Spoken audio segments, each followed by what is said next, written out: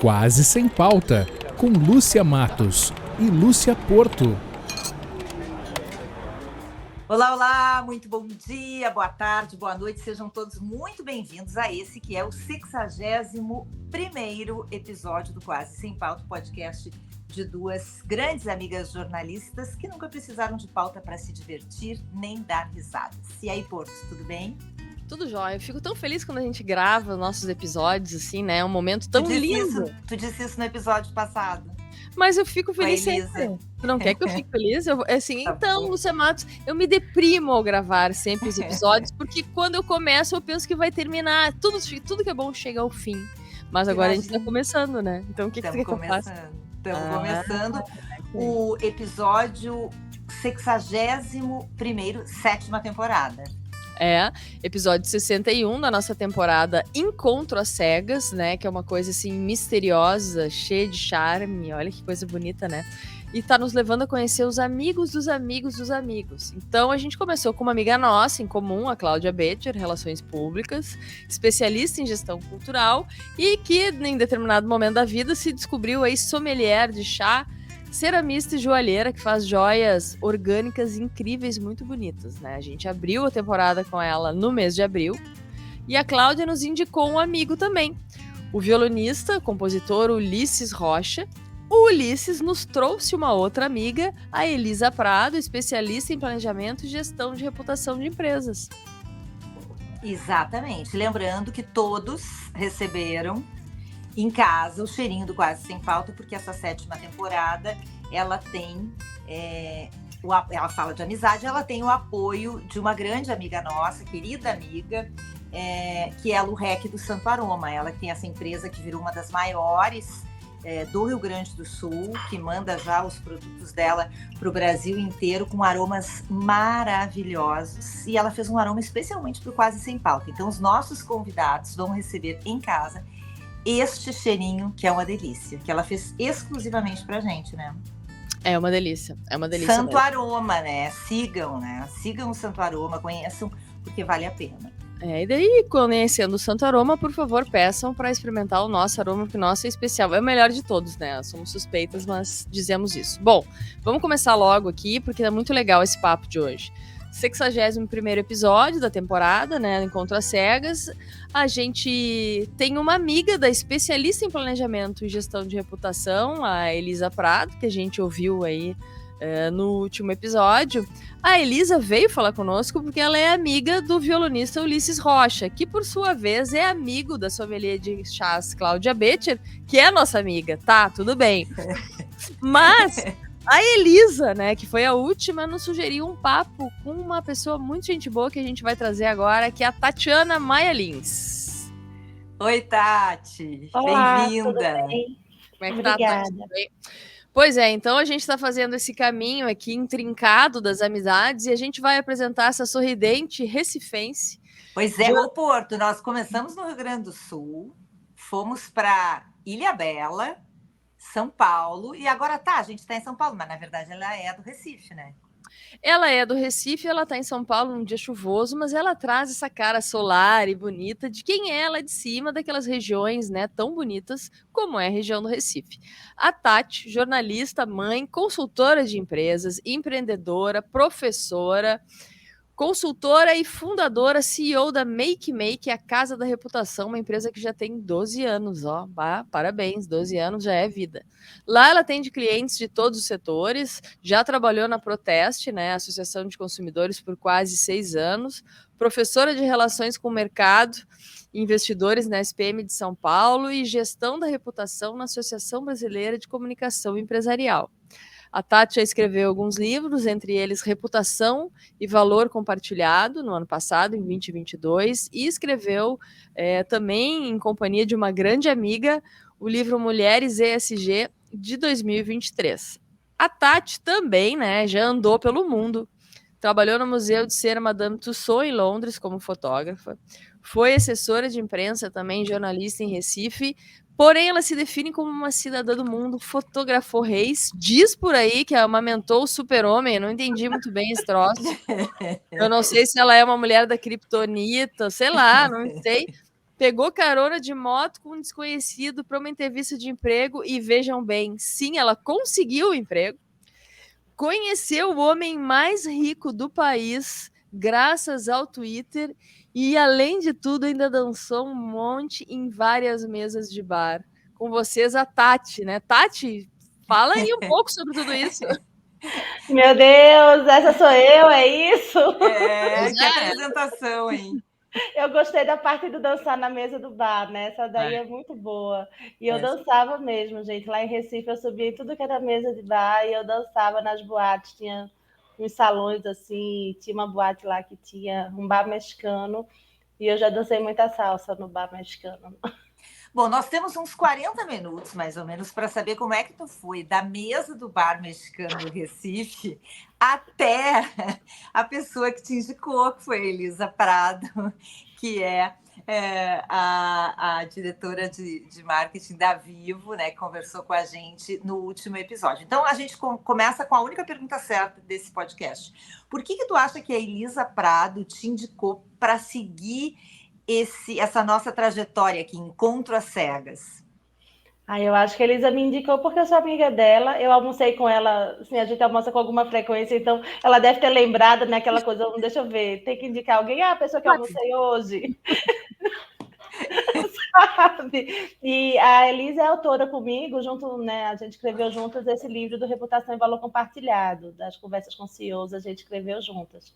Então, a gente também dá aula juntas na SPM, nesse curso aí que vocês falaram, que eu dou aula de comunicação em relações com o mercado de investidores, ela também dá aula de gestão de crise. Então, essa é a nossa relação. A gente virou amiga nos últimos anos, assim, mais próxima, mas a Elisa é uma super inspiração para mim, é uma alegria ter sido indicada por ela. E como é que vocês se conheceram? Eu acho que eu sei como elas se conheceram. Para aí, eu vou dizer a minha percepção de como elas se conheceram. A Elisa, que é uma profissional muito reconhecida, carimbada e experiente em gestão de crises, viu a Tati dançando em cima de uma mesa do Recife e pensou, eu preciso resolver a vida dessa mulher. Assim que ou então eu preciso dela na minha equipe. Ela fez a gestão da tua crise, conta aí, Tati. A gente tem duas versões, né? Assim, tem a minha versão e a dela. A minha versão, eu estava no congresso e eu nem trabalhava ainda com gestão da reputação, né? Eu trabalhava na Proteste, e eu vi a Elisa apresentando um case no congresso, eu disse, cara, essa mulher é incrível, eu quero fazer isso que ela faz.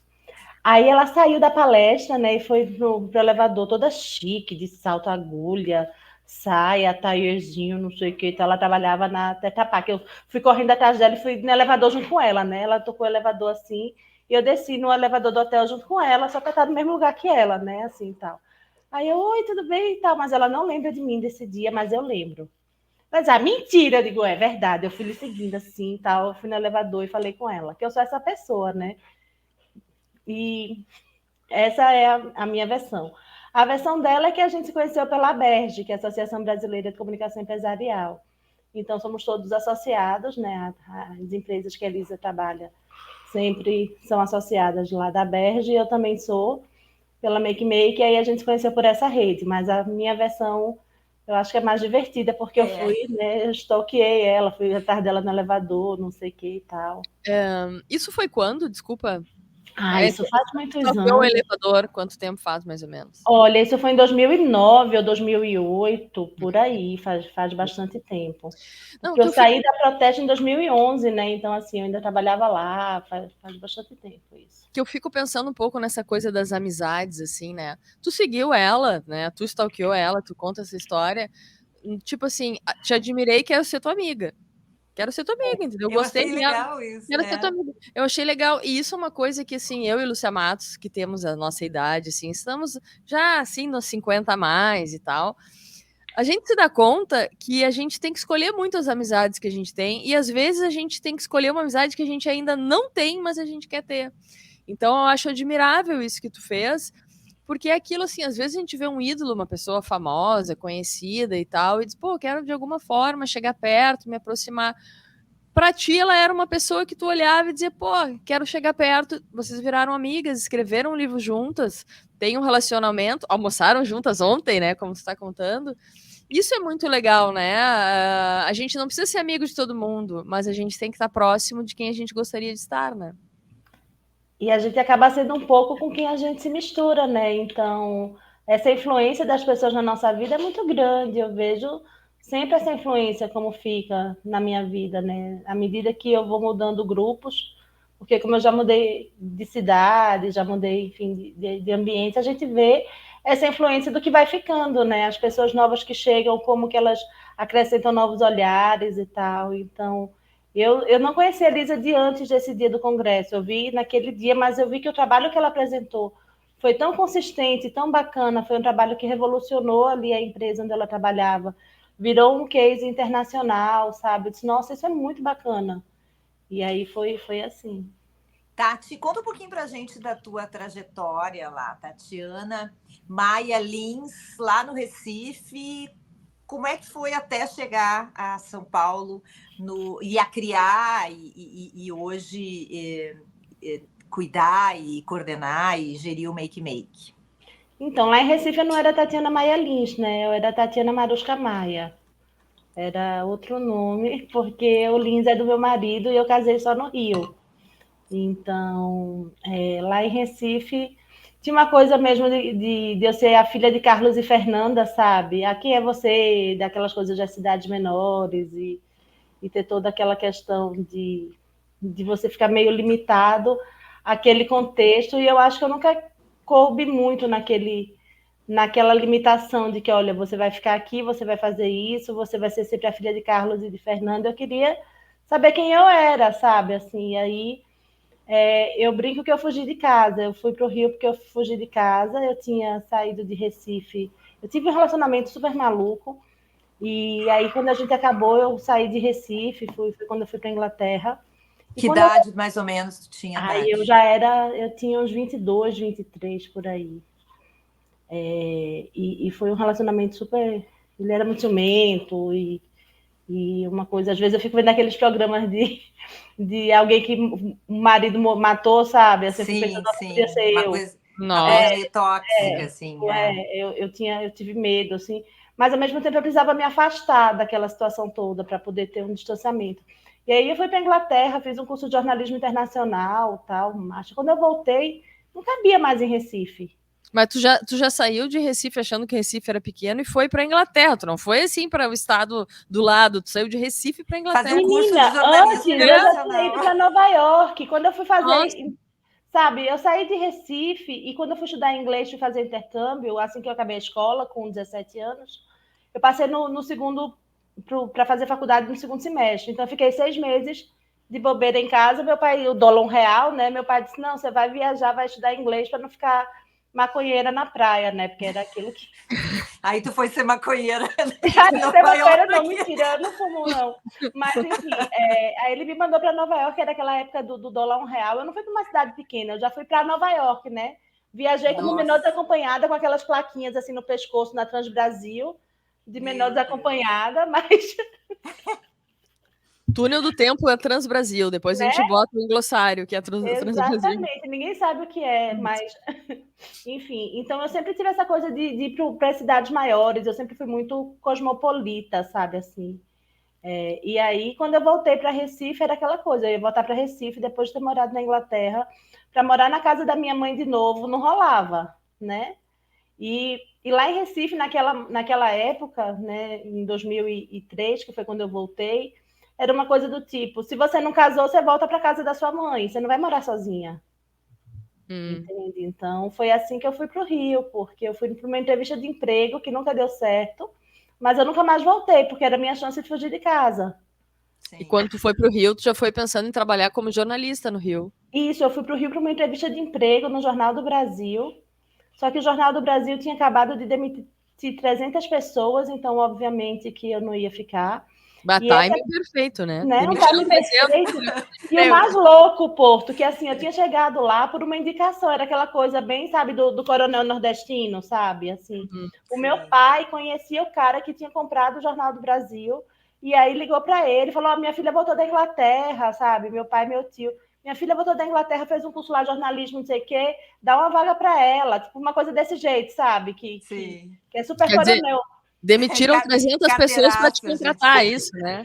Não ia nunca dar certo, né? Aí quando eu cheguei lá, o amigo dele, que era o dono do jornal, me mandou falar com o chefe da redação, olha, Tati, seu currículo é ótimo, eu lhe contrataria, não por ser filha do amigo, né, do dono, mas o fato é, eu demiti 300 pessoas, não consigo te contratar agora. Porque todo mundo vai te engolir, né? Se você chegar nessa redação agora, todo mundo vai te engolir.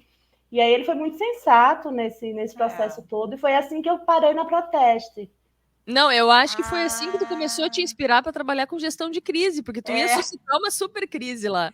Cara, a minha crise já era desde a minha casa, porque o meu pai tinha uma empresa. Assim, eu estou contando dessa história que meu pai já conhecia o dono lá do Jornal do Brasil, mas qual é a história da minha família? O meu pai já viu o meu avô, já era empresário, não sei o que e tal. E a empresa do meu pai faliu, a construtora do meu pai faliu quando eu tinha 4 anos, 5 anos. Então, assim, eu vivi já a crise na minha vida até hoje. Tem confusão dessa construtora do meu pai, sabe? Era a crise a vida inteira, assim. Se você for ver, minha vida era uma gestão de crise. Porque, é sério, a Matos está rindo, mas imagina, a construtora do meu pai teve 8.000 funcionários. Nossa, quando quebrou, meu pai demitiu 2.000 pessoas. Então, assim, isso é crise para o resto da vida. Né? E aí a gente vai de um momento de que, olha, somos pessoas super conhecidas na cidade, influentes, não sei o quê, para outro dia comer arroz com ovo em casa, sabe? E beleza. E aquilo que me formou para ser mais despojada e entender qual é o sentido da vida de verdade.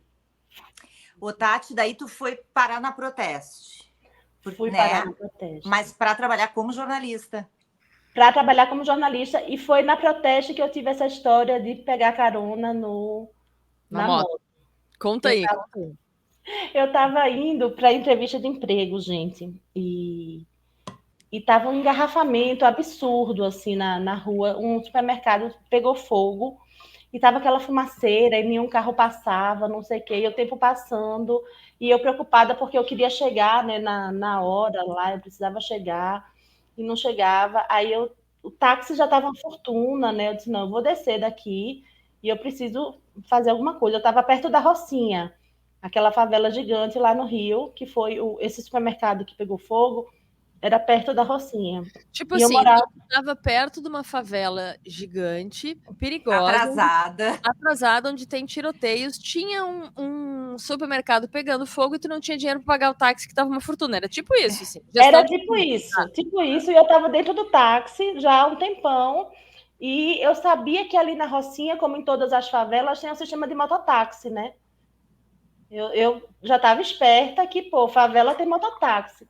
Aí o que é que eu fiz? Eu desci do táxi e disse, eu vou ali na Rocinha, ali na boca da favela, e vou ver se eu arranjo mototáxi para chegar lá no lugar. Quando eu estava indo, não passava nada, só passava moto, as motos passavam no meio dos carros. Aí não tinha mototáxi também lá embaixo. Eu voltei para a pista e comecei a pedir carona. Aí um rapaz parou, um negão gigantão assim, sabe? Todo fortão, parou e disse, cara, é o seguinte... tu. Isso, para onde é que você está indo? E eu pedindo carona assim, né? Aquele dedinho de pedir carona. Aí para onde é que você está indo? Ele falou, para o downtown. Eu disse, cara, eu preciso ir para o downtown. Eu vou para uma entrevista de emprego. Me leva. Aí ele, sobe aí, gatinha. Aí eu subi. Que amor. Sobe aí, gatinha, vamos lá. Aí eu subi sem capacete, sem nada, com os cabelos desse tamanho. Eu cheguei... E ele era segurança de um restaurante lá nesse mesmo shopping que era o downtown, né, onde seria a Proteste, minha entrevista de emprego, e ele morava na Rocinha, então ele disse ele estava saindo de casa realmente para ir para o trabalho. E aí eu fui, nunca mais ouvi o rapaz, não sei nem o nome dele, mas graças a ele, né, aí nesse dia eu falei, cara, Deus existe, é negro e anda de moto na Rocinha. Eu cheguei na entrevista de emprego com o cabelo deste tamanho, vocês não têm noção, toda desvaporida. E eu já tinha ligado para lá, né, para falar para o RH, olha, eu estou chegando, é só que, tipo, estou no engarrafamento, o Zona Sul está pegando fogo. Aí o rapaz, não, a gente te espera, se você conseguir chegar, venha. Quando eu cheguei, toda daquele jeito, acabou, né? Não tinha mais para ninguém, só aquela atitude já. Te contrataram pela atitude, né, mãe? Eu acho que a atitude contou, sabe? Não foi só uma questão de que fui bem na prova. Tinha uma prova de francês, de inglês, não sei o que, era uma coisa, um processo super longo, sabe? Mas eu acho que a atitude contou. E aí, quantos anos tu ficou na Proteste? 6 anos. 6 Tudo anos. isso, né? Quase e aí, 6 anos. tu conheceu a Elisa na Proteste. Nessa época que eu trabalhava na Proteste, eu conheci a Elisa, num congresso que eu tinha ido. A Proteste faz teste de produto e serviço, né? Então, assim, era um congresso sobre reputação, aquilo me interessou. E foi assim que... E como é que a gente chega na Make Make? Só para a gente fechar e para a conhecer Make Make a gente chega no seguinte, eu estava super insatisfeita uma época lá na Proteste, eu ia para a Proteste chorando, e eu achava que, ai meu Deus, eu vou desistir dessa vida de jornalismo, né, porque não dá dinheiro, eu vou estudar para ser engenheira de petróleo lá em Macaé, porque meu desânimo era gigantesco. E aí eu fui, hoje chamariam aquilo de coach, né, sei lá, mas antes não tinha esse nome, era aconselhamento profissional. Eu fui falar com um cara desse, ele falou, olha, não faz isso, não joga tudo no lixo, né, que você já construiu até agora. Junta o que você gosta de fazer com o que você já estudou, sabe? Tenta achar um meio termo disso tudo, não joga tudo no lixo. Aí, quando ele me disse isso, eu já tinha feito um MBA em gestão empresarial na FGV, eu já tinha feito esse meu curso lá na Inglaterra de jornalismo internacional, que foi onde eu aprendi semiótica, né, de uma forma mais profunda. E lá na Proteste teve um dia também que eu fui fazer uma entrevista com uma pessoa, e ele era uma pessoa do movimento consumerista lá na Europa, e ele falou que a tendência não era mais de apontar dedos, como a gente vinha fazendo, e sempre foi feito, né, no movimento consumerista, era trabalhar junto das empresas para que aquilo mudasse, né, aquela situação mudasse. E aquilo para mim foi um grande momento de iluminação, porque eu percebi que o que me deixava insatisfeita era exatamente que eu não trazia proposta, eu só reclamava. Eu era aquela pessoa que estava todo dia apontando o dedo e dizendo, olha, seu produto é uma bosta, seu serviço é horrível, tem pelo de rato no seu ketchup. E eu não queria ser essa pessoa, eu queria ser a pessoa que ia ajudar a empresa a sair da crise.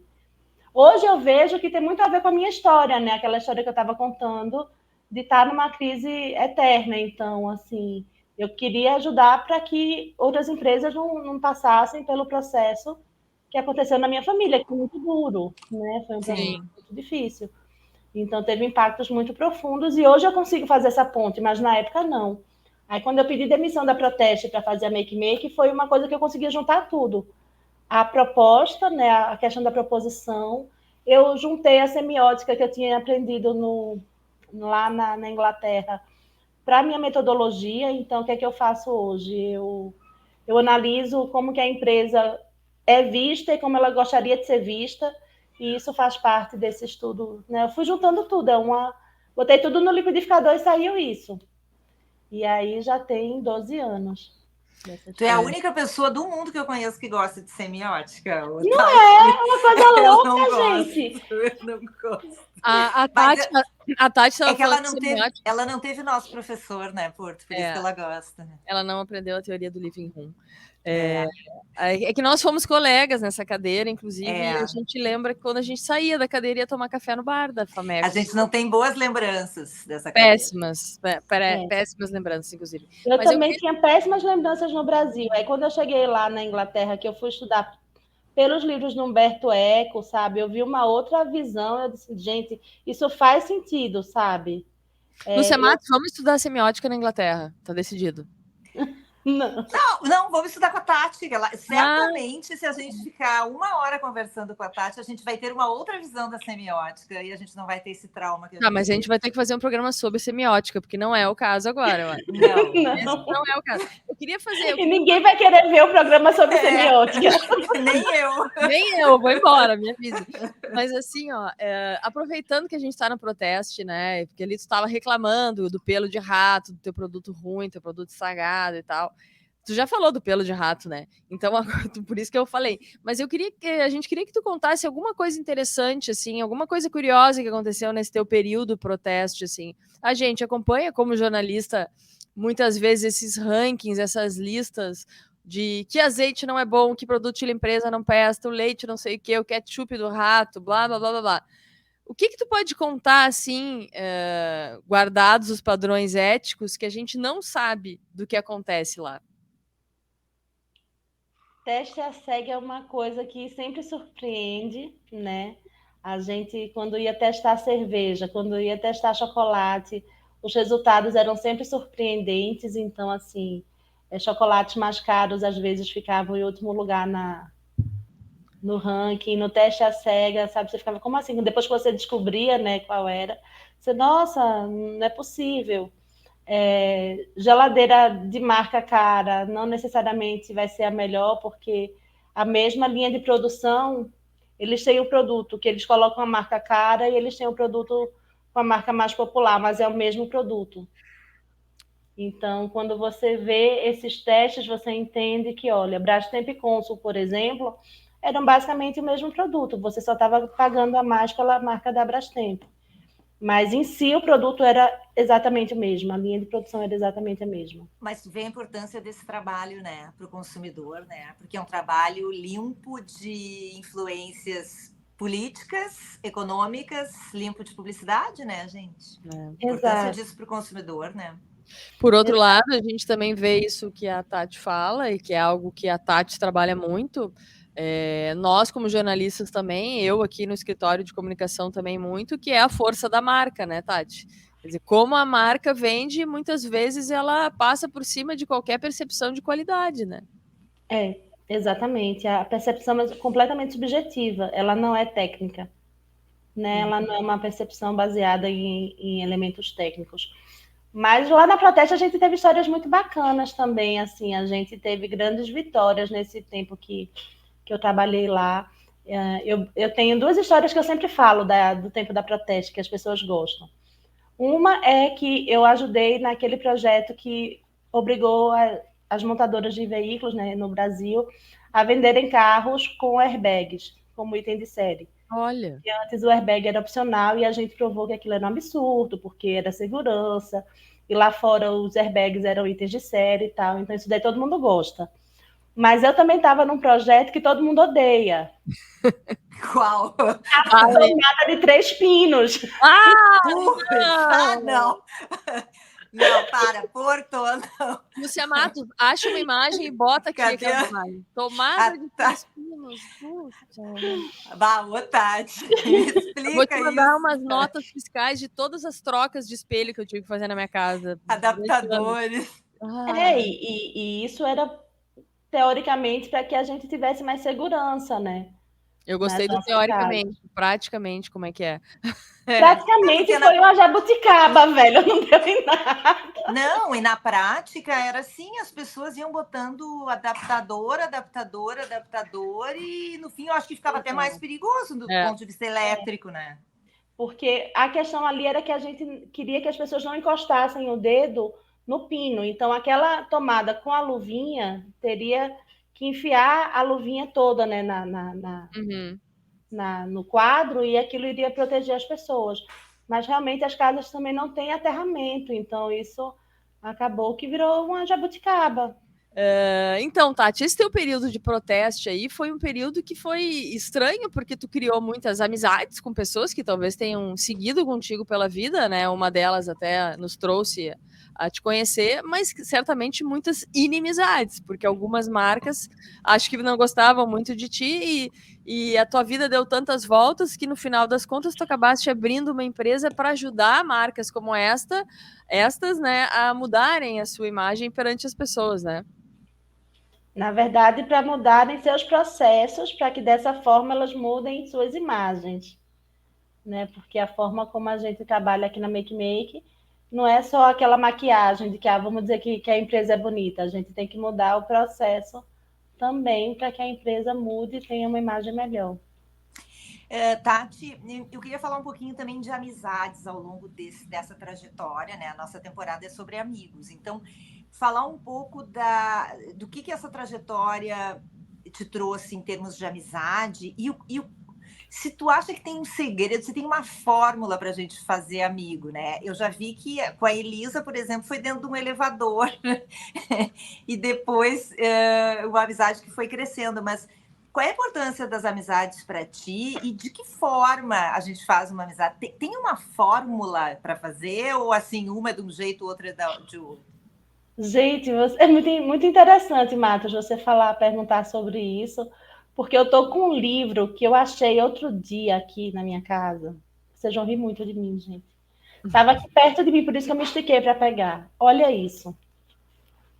Vocês conseguem ver? Como fazer amigos. Um um clássico. Isso é um clássico. Um clássico, como fazer amigos e influenciar pessoas. E esse livro aqui dentro tem escrito o meu nominho, não sei se vocês vão conseguir ver. 1990 ou 80? 1990, gente. 1990. Eu ganhei esse livro do meu pai. Eu era adolescente, né? Eu fiz 15 anos em 93, daí vocês imaginam, eu tinha 12 anos. E o que eu me lembro do livro, o livro está todo grifado e tal. Eu li o livro, eu grifei o livro. E então, assim, eu não sei se tem realmente uma fórmula, mas se alguém quiser uma fórmula, tá aí, né? Não é minha, é de um clássico aí. Mas ele falava muito dessa questão da reciprocidade, né, de ser genuíno. Então, aquelas abordagens que são abordagens interesseiras e que são abordagens tidas como oportunistas, né, que não são de mão dupla, elas não vão gerar vínculos verdadeiros, né? Então, eu acho que a galera percebe isso. É aquele amigo que só liga para pedir dinheiro emprestado, para pedir alguma coisa, né? Eu acho que a gente tem que ser mais que isso. Ou então só é amigo quando tu tá numa fase boa e quando tu tá numa fase ruim, desaparece, né? Eu acho que também chega uma fase também que tu te dá conta que tu escolhe de quem tu quer ser amigo, né? Eu quero ser. Muito. Tu subiu no elevador e disse que quero ser amiga da Elisa, ela é legal e tal. Assim, a Lúcia Matos me perseguiu anos na faculdade porque ela queria ser minha amiga. Eu tô aguentando ela há 30 e poucos anos, mas a vida é assim, né, Lúcia Matos? E é quem fica também, né? Lá na Proteste, eu já saí da Proteste tem um tempão. E tem amigos na Proteste que ficaram, sabe? Tem amigos que ficam. O Vini, por exemplo, é um amigo meu que veio aqui almoçar na minha casa na Páscoa, na sexta-feira da Páscoa.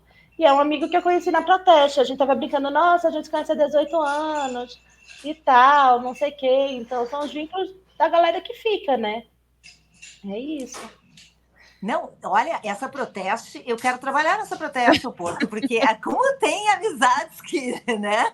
Tem amizade, mas tem pelo de rato também, então. Não é a Proteste que tem pelo de rato. São os produtos. Mas uma coisa, assim, também que a gente percebe, né? Percebeu, eu particularmente, conversando contigo um pouco antes, na hora de produzir esse programa, e a gente está se dando conta agora, né? Conversando contigo pessoalmente. Então, é uma pessoa muito expansiva, né? Então, é uma pessoa que diz o que tu quer dizer, não tem muitas papas na língua, assim. Os amigos que tu tem, eles são todos muito parecidos contigo nesse estilo? Porque às vezes a gente sabe que a gente tem um amigo super abertão e outro fechadão. Como é que é criar essas diferenças também, né? Não, eu tenho amigo de todo jeito. Eu acho que uma coisa interessante para mim, né, nessa questão de conviver com a diversidade, é que eu tive exposição a diferentes perfis em vários momentos da minha vida. Então, isso faz com que a gente vá aprendendo a conviver com o diferente, né? Então, assim, eu tenho amigos de muitos lugares do mundo e muitos lugares diferentes mesmo. Eu tenho, enfim, eu já dividi quarto com uma japonesa. Eu sou amiga de uma afegã, sabe? Assim, eu tenho amizades, uma paquistanesa, sabe? Assim, eu tenho um amigo da Nigéria. Eu acho que essa diversidade toda são amigos que eu digo, posso realmente dizer, são meus amigos, são pessoas que a gente, né, tem proximidade, que a gente troca, né, confidências e tal, tem um certo relacionamento. Então, eu acho que essa diversidade ajuda. E eu convivo com gente de todo jeito, assim, tem um pessoal mais expansivo, tem um pessoal mais retraído, tem aquela galera que só quer ficar junto, não precisa falar, né? Eu falo por mim, por ele, tem outro que já fala, eu tenho que escutar. Então, eu acho que tem gente de todo tipo, assim. A Elisa é uma pessoa bem diferente de mim, se você for olhar, né, o perfil dela. Ela é bem mais centrada, a Elisa não é uma pessoa que vai dizer tudo que vem pela cabeça dela. Ela é budista, ela é budista. Ela é muito centrada, muito equilibrada, muito chique, muito não sei o que. Então, assim, Elisa não vai dizer certas coisas que eu digo. Ela pode até pensar. Talvez nem pensar, porque ela é chique demais para pensar aquilo. Mas não sei. Todo mundo pensa de vez em todo quando. mundo pensa aquilo. Né? Mas, assim, ela não vai falar. Ela vai ter um outro jeito de expor aquilo. Então, esse meu jeito expansivo, ele tem os dois lados. Tem a galera que vai dizer que eu sou legal e tem a galera que vai dizer que sou uma mala, né? Eu quero passar limpo essa tua definição. A gente já está se encaminhando para o final, mas eu preciso saber. Eu vou ler aqui, depois a gente vai fazer parte por parte. Cidadã do mundo que fotografou 2 reis, amamentou o super-homem, pegou carona de moto com um desconhecido para uma entrevista de emprego, conheceu o homem mais rico do país graças ao Twitter e dançou em várias mesas de bar. Vamos começar pelo fotografou 2 reis. Isso daí foi quando eu estava na Inglaterra e a rainha mãe morreu quando eu estava lá. E eu fotografava nessa época, e aí eu decidi fazer um ensaio fotográfico sobre o velório da rainha mãe. E aí eu consegui tirar uma foto na rua, quando estava passando assim o cortejo, eu tenho uma foto que está o príncipe William com agora o rei Charles, né? Tava a família real inteira. Então eu brinco que eu fotografei 2 reis. Essa questão, né? Porque é o rei que está agora e o rei que vai ser depois que o pai morrer. Que é o William. É o William. Tá, e o super-homem que tu amamentaste? O super-homem que eu amamentei é o seguinte, eu tenho um filho... Tem até imagens dela amamentando o super-homem, né? Tem. O meu filho vai fazer 10 anos agora em junho, mas ele mamou 2 anos e meio. Então tem uma foto, então imagina, uma mãe que amamentou 2 anos e meio de demanda, é nível hard, né? Aquele peitão para fora em todo canto. E aí tem uma foto que é a gente no carnaval, ele fantasiado de super-homem e mamando. Então eu brinco, nossa, eu amamentei um super-homem, gente, olha que coisa mais fofa. Isso me deu, sabe, aquele acréscimo de estima por si mesmo, aquela música lá da Marisa Monte, sabe? Eu amamentei o super-homem. Bom, pegou carona numa moto com desconhecido para uma entrevista de emprego, a gente já sabe. Não, e arranjou o emprego. Que fique claro, arranjou o emprego. Né? Conseguiu o emprego. E conheceu o homem mais rico do país graças ao Twitter. Isso é uma outra loucura. Eu conheci o Ike Batista, que na época era o homem mais rico do país, né? E o 7º homem mais rico do mundo, pelo Twitter, chamando ele de Aiquinho. Era louco. A gente tuitava madrugadas, assim. O Ike era completamente maluco, né? E ficava tuitando loucamente. E aí eu achava aquilo um fenômeno, porque dado o comportamento dos executivos, né? Dos altos executivos, dos empresários a vida inteira, sempre foi muito de não comunicação direta, não comunicação de massa, né? Assim, com as pessoas. Então, aquilo foi muito inovador, porque o Ike foi o primeiro a falar em primeira pessoa, diretamente com as pessoas nas redes sociais, e era aquele momento da Obama mania, sabe? Era um momento de muita ruptura. E eu vi aquilo como realmente um fenômeno que estava acontecendo de mudança. E eu estudei o Ike e eu apresentei um paper no congresso lá em Nova Orleans sobre o Twitter de Ike. Que interessante. E eu conheci o Ike, ele fez um evento uma vez para twitteiros e tal, e ele me convidou, eu fui uma das pessoas que almoçou com ele e tal. Eu tive com o Ike 2 vezes, nessa vez e depois, quando ele já tinha sido preso e tal, eu também encontrei com ele num outro evento. Então, nesse dia, é muito louco, né? Porque você pensar que, olha, o quanto que aquilo democratizou acesso. A gente tem acesso realmente a todo mundo e às vezes a gente não se dá conta. Eu conheci o Ike pelo Twitter. Porto, nós temos que fazer uma temporada inteira com a Tati, né? Temos. Ela é assim, uma história atrás da outra. Tu sabe que eu aqui, de vez em quando, eu faço umas colas, né? Vocês acham que eu tô escrevendo uma lista de compras, mas não é. Eu tô escrevendo coisas que eu tô pensando aqui. E eu acho que essa nossa conversa com a Tati é interessante porque tudo que vai acontecendo na vida dela, na vida, digamos assim, do dia a dia pessoal, não a vida profissional, são coisas que de alguma forma tu leva para a tua vida profissional, né? São atitudes que tu leva, e eu acho que a gente não está fazendo aqui também uma temporada sobre empreendedorismo, mas esse papo aqui hoje com a Tati, ele está mostrando coisas muito legais para qualquer pessoa que esteja pensando em fazer um negócio. Vontade, atitude, empreendedorismo, estudo, sabe, foco. E saber fazer também do limão uma limonada, porque eu acho que é impressionante, assim, a gente diz assim aqui, né, os gaúchos, vai, isso aí dá um filme, né, tipo, a tua vida dá vários filmes, e tem situações muito cinematográficas, né? Netflix pra ti, Tati. Netflix. Exatamente, e a história de tu fazer do limão uma limonada, toda a questão da tua família, da empresa do teu pai, e hoje tu tá aí com a tua empresa com um sorriso no rosto, cheia de amigos espalhados pelo mundo. Já tem 2 aqui no Rio Grande do Sul, em Porto Alegre, tá, Tati? Por favor, vem aqui nos visitar. Eu vou te dizer que não são 2, são mais 2, porque agora que a gente está chegando para o final do programa, Tati, nós vamos ter que fazer a última pergunta, que é assim, ó, tu vai ter que nos indicar alguém para o próximo papo, e a gente quer saber quem tu vai nos indicar e por que diabos tu vai indicar essa pessoa para falar com essas 2 loucas aqui, que não sabem nada da vida dos outros. Bem, eu vou indicar a Carol Minardi. Ela é uma gaúcha como vocês. Eu adoro a Carol, ela tem histórias fantásticas.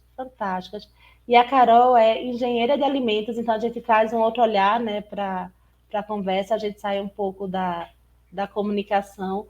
E a Carol é a engenheira que fez o teste que achou pelo de rato no ketchup. Então, ela é a culpada do pelo, entendi. Ela que achou, tá? Ela que achou os pelos de rato no ketchup e tal. Ela tem histórias muito bacanas para contar. Uma pessoa super divertida, super expansiva. Também tem óculos modernos como os nossos, né? A rainha dos óculos modernos. É uma pessoa que vocês vão adorar conversar. A Carol é uma pessoa muito bacana.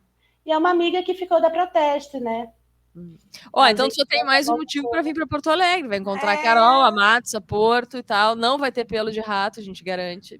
E a gente garante um bar com umas mesas bem grandes para subirmos todas e dançarmos. Vamos dançar nas mesas de bar, gente. Eu não entendo porque a Lúcia Matos sempre quer fazer coisa participativa, ela bota no plural. Eu não faço nada, eu não vou pular de paraquedas, eu não quero ler Proust, eu não vou subir na mesa. Essas tarefas são tuas. Mas você vai com a gente, ué. Você fica lá olhando.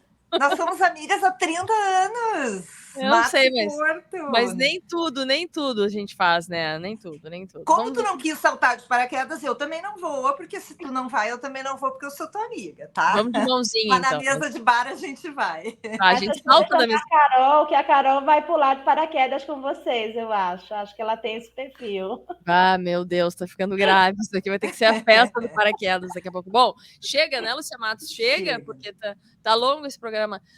Ali embaixo está o @ da Tati Make, para vocês conhecerem mais o trabalho e da empresa dessa pessoa maravilhosa que a gente teve a alegria de conhecer nesta manhã, né, Lúcia Porto? Mas vamos dizer o seguinte, ó, vocês não precisam estar em crise para entrar em contato com a Tati, porque a gente não está em crise, a gente não pretende estar em crise, a gente vai querer ficar sempre em contato com a Tati, porque é uma pessoa realmente muito legal e com certeza tem muita coisa boa ainda pela frente para a gente fazer juntas. Meninas, foi um prazer estar com vocês. Eu estou ligeiramente emocionada nessa história de que a minha vida dá um filme. A gente às vezes não se dá conta, né, que a gente tem histórias potentes e que podem realmente inspirar outras pessoas. Então eu fiquei tocada com esse comentário. Agradeço a vocês, agradeço mesmo. E é isso, estamos juntas. Eu adorei participar, me diverti. Às vezes parece que eu sou essa pessoa, né, que está sempre falando de trabalho, mas não, eu também me divirto. E eu me divirto também no trabalho, então isso... É isso que é importante, né?